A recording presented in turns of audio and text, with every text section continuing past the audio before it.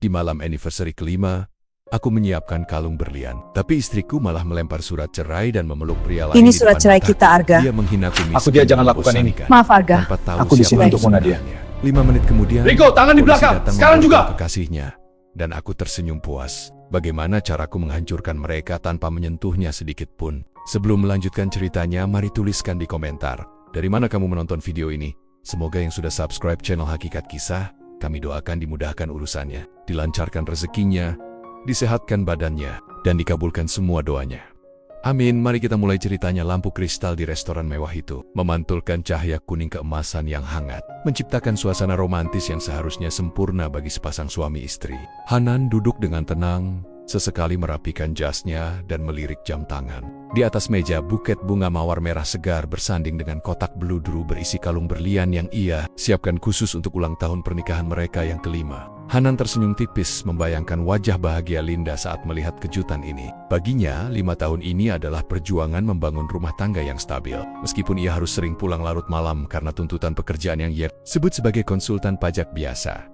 Pintu restoran terbuka, dan sosok Linda muncul dengan gaun malam merah yang sangat mencolok. Namun, ada yang berbeda malam itu. Linda tidak berjalan sendirian. Ia menggandeng mesra lengan seorang pria tinggi tegap dengan setelan perlente yang tampak sangat mahal. Hanan mengernyitkan dahi, mencoba tetap tenang dan menganggap mungkin itu adalah rekan bisnis istrinya. Namun, saat mereka sampai di depan meja, Linda tidak duduk di kursi yang telah ditarik oleh pelayan. Ia justru berdiri dengan dagu terangkat dan tatapan mata yang penuh dengan kebencian, serta penghinaan yang tidak pernah Hanan lihat sebelumnya. Tanpa sepatah kata, selompan, Linda merogoh tas bermereknya dan mengeluarkan sebuah map plastik tebal. Dengan gerakan kasar, ia melemparkan map itu tepat ke arah dada Hanan. Map itu terjatuh di atas meja, menimpa buket mawar yang sudah Hanan siapkan dengan kasih sayang. Hanan menatap map itu, lalu menatap istrinya dengan bingung. Ia bertanya dengan suara yang sangat lembut, menanyakan apa maksud dari semua ini di hari istimewa mereka. Bukannya jawaban manis. Linda justru tertawa sinis yang suaranya terdengar sangat tajam di telinga Hanan. Linda kemudian merapat ke sisi pria perlente itu dan memeluk lengannya dengan sangat posesif di depan mata Hanan.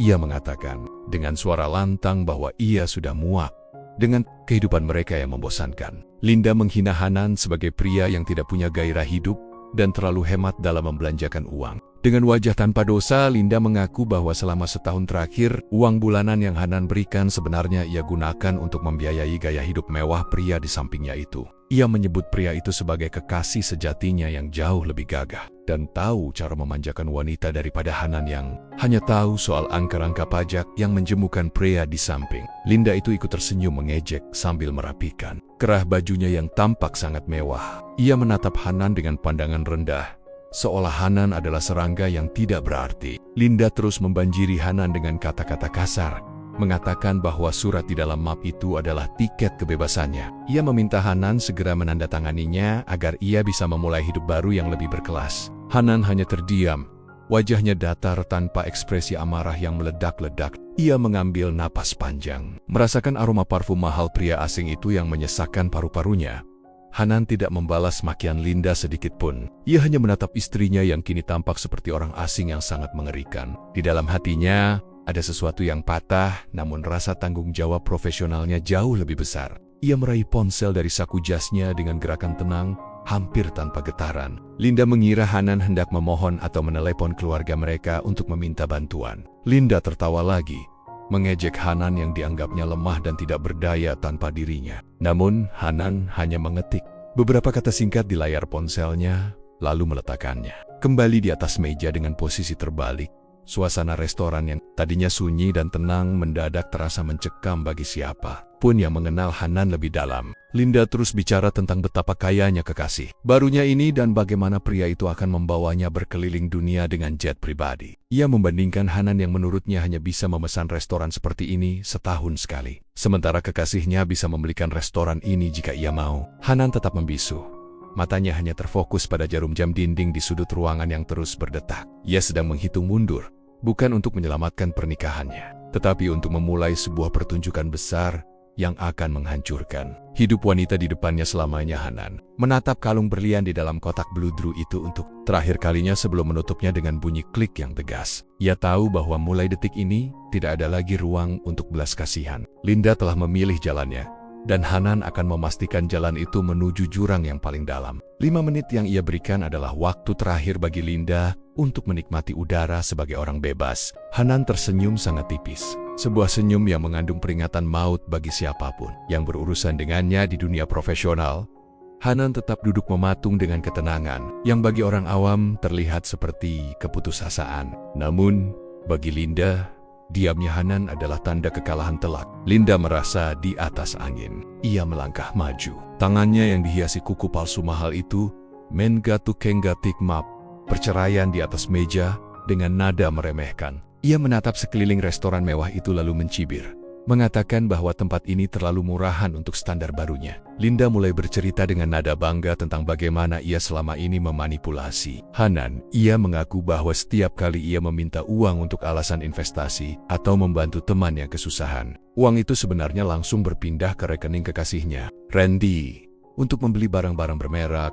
Randy, pria perlente di samping Linda, mulai angkat bicara dengan nada suara yang dibuat-buat berat dan berwibawa. Ia menepuk pundak Linda sambil memandang Hanan dengan tatapan kasihan. Randy mengatakan bahwa pria seperti Hanan seharusnya tahu diri karena tidak akan pernah bisa memuaskan ambisi wanita secantik Linda. Randy sesumbar bahwa dalam bisnis, kecepatan dan keberanian adalah kunci, sesuatu yang menurutnya tidak dimiliki oleh Hanan yang hanya seorang pekerja kantoran biasa. Ia bahkan terang-terangan menghina jas yang dikenakan Hanan, menyebutnya sebagai pakaian kelas pekerja yang tidak punya selera. Mendengar itu, Linda semakin menjadi-jadi. Ia mengungkapkan rahasia yang paling menyakitkan, bahwa ia tidak pernah sekalipun mencintai Hanan.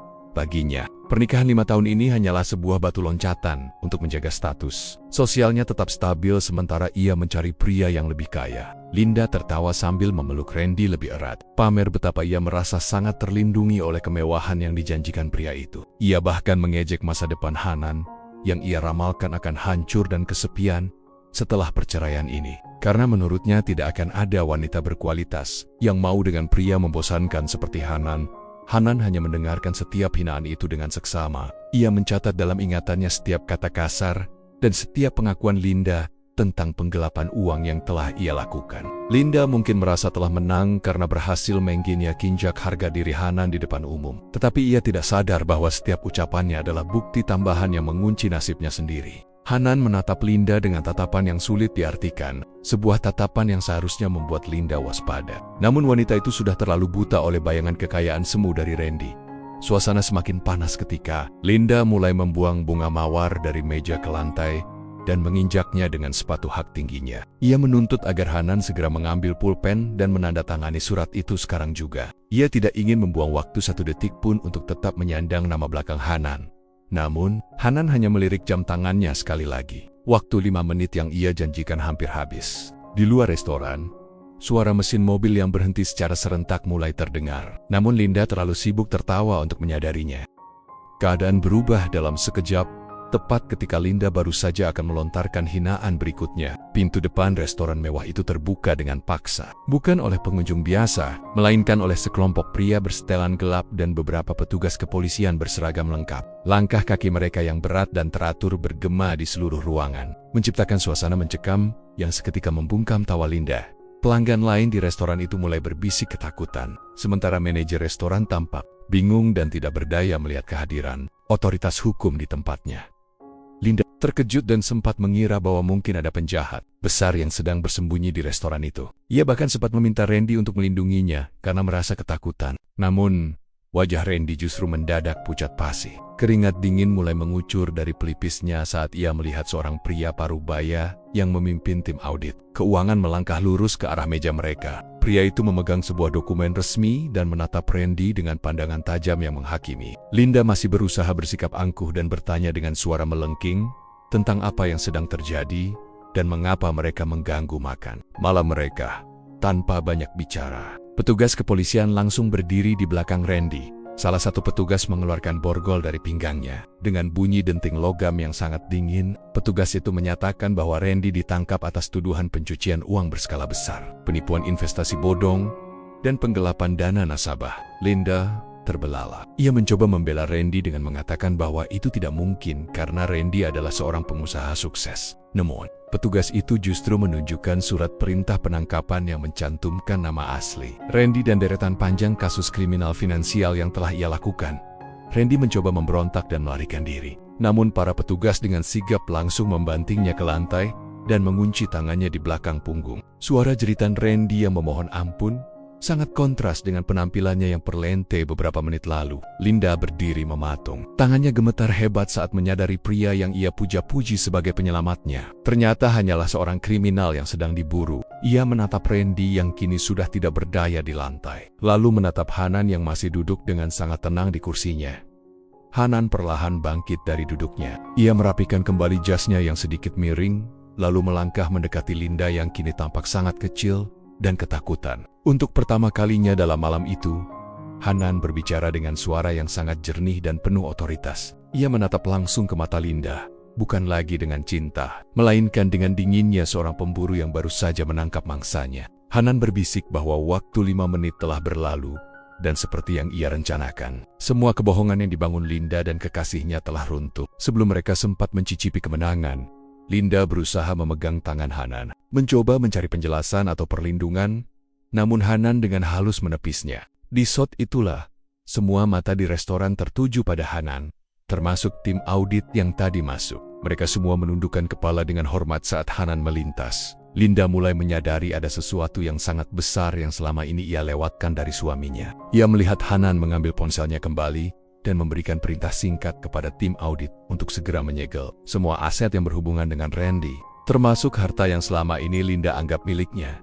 Linda berdiri mematung di tengah restoran yang kini riuh oleh suara radio polisi dan langkah sepatu bot yang berat. Matanya beralih dari Randy yang meronta di lantai menuju suaminya, Hanan, yang baru saja menerima sebuah map biru dari pemimpin tim audit. Pria yang memimpin tim itu menunduk hormat kepada Hanan dan menyapanya dengan sebutan Inspektur Utama. Kata-kata itu menghantam telinga Linda seperti petir di siang bolong. Ia menggelengkan kepala, mencoba menyangkal kenyataan bahwa suaminya, yang selama ini ia anggap pria kantoran biasa yang membosankan, ternyata adalah seorang detektif keuangan tingkat tinggi yang sangat disegani. Hanan membuka map itu dengan tenang, mengabaikan tatapan tak percaya dari istrinya. Ia menjelaskan dengan suara yang sangat dingin bahwa pekerjaannya selama ini memang mengharuskannya untuk tetap berada di balik layar. Hanan telah mencium aroma busuk dari transaksi keuangan Randy sejak setahun yang lalu. Namun, yang tidak ia sangka adalah keterlibatan istrinya sendiri dalam skema penipuan tersebut. Hanan mengungkapkan bahwa ia sengaja membiarkan Linda menggunakan uang bulanan darinya untuk membiayai Randy, karena itu adalah cara termudah untuk melacak aliran dana ilegal sang buronan. Setiap kemewahan yang Linda pamerkan di media sosial, setiap tas bermerek yang ia beli, dan setiap makan malam romantis yang ia biayai untuk Randy, semuanya telah dicatat secara detail dalam laporan investigasi Hanan. Linda merasa seluruh dunianya runtuh seketika. Pria yang ia anggap remeh karena terlalu sering berkutat dengan angka, ternyata sedang menjerat leher kekasih simpanannya dengan angka-angka tersebut. Hanan menjelaskan bahwa Randy bukanlah pengusaha sukses, melainkan seorang ahli skema Ponzi yang menggunakan wajah tampannya untuk menipu wanita-wanita kaya dan haus akan pengakuan sosial seperti Linda.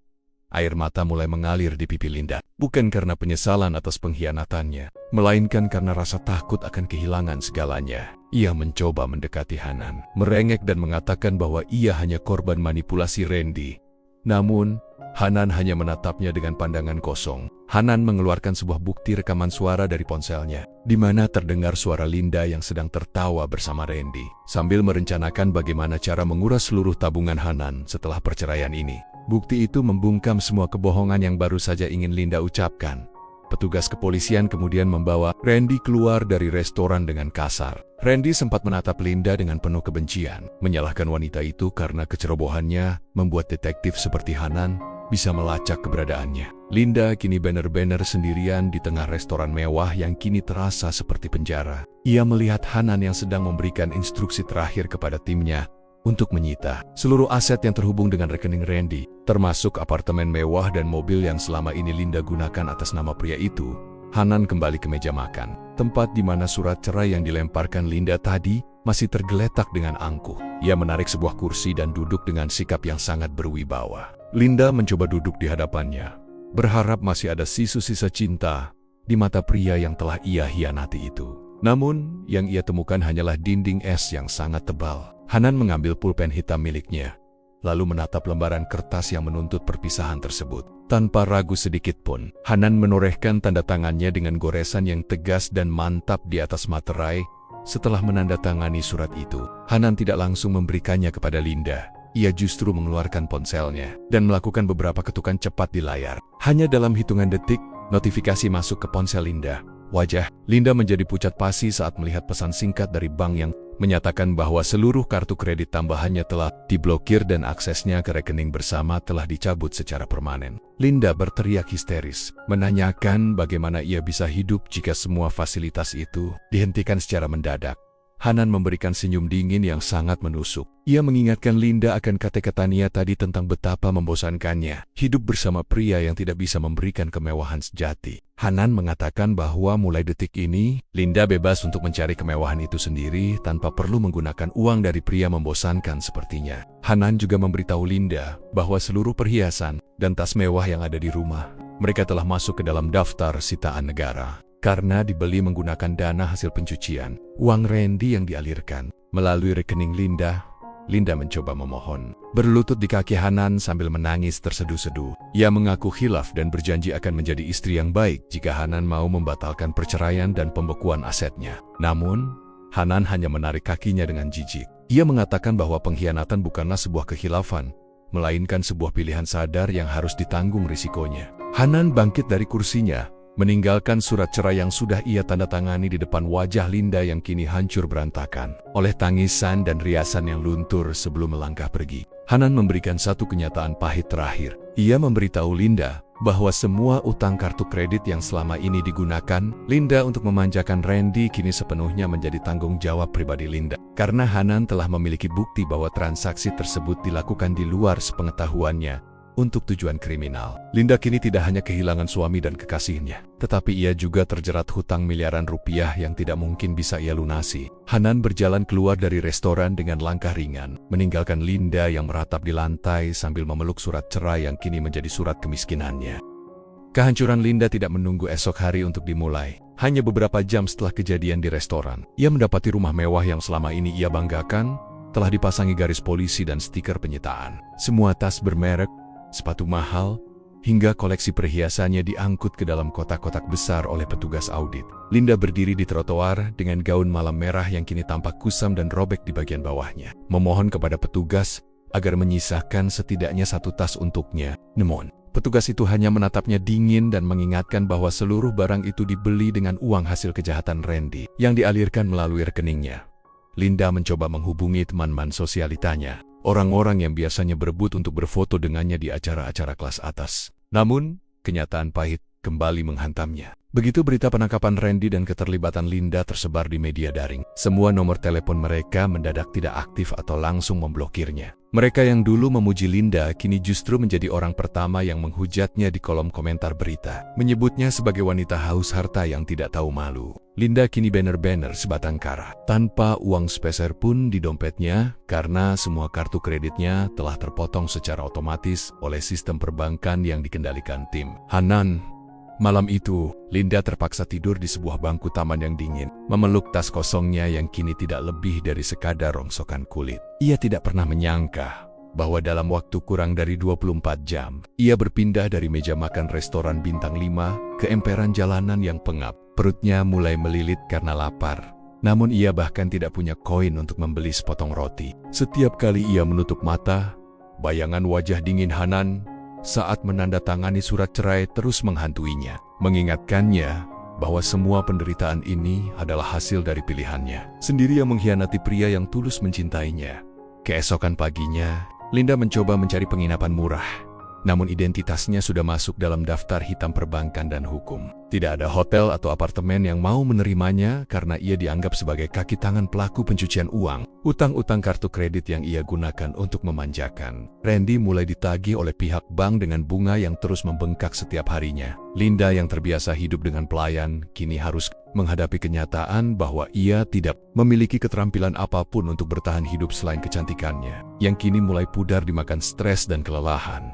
Harapan terakhir Linda hancur saat ia melihat berita di layar besar di pusat kota. Randy telah dijatuhi hukuman maksimal karena terbukti melakukan penipuan massal terhadap ribuan orang kecil. Seluruh aset Randy dirampas oleh negara, dan Linda secara hukum dinyatakan bertanggung jawab atas sebagian kerugian karena ia menikmati aliran dana tersebut. Linda kini bukan hanya miskin, ia adalah seorang wanita yang dikayarkan oleh beban finansial yang tidak akan sanggup ia lunasi seumur hidupnya. Beberapa bulan berlalu, dan penampilan Linda sudah tidak dikenali lagi sebagai wanita sosialita yang anggun. Ia kini bekerja sebagai buruh cuci piring di sebuah warung makan kumuh di pinggiran kota yang panas dan lembab. Tangannya yang dulu halus dengan kuku-kuku cantik kini pecah-pecah, kasar, dan selalu berbau sabun murah serta sisa makanan basi. Setiap hari, ia harus berdiri selama belasan jam untuk mencuci tumpukan piring yang seolah tidak ada habisnya. Pemilik warung yang galak sering meneriakinya jika ia bekerja terlalu lambat. Sebuah hinaan yang dulu sering Linda lemparkan kepada para pelayan di rumahnya.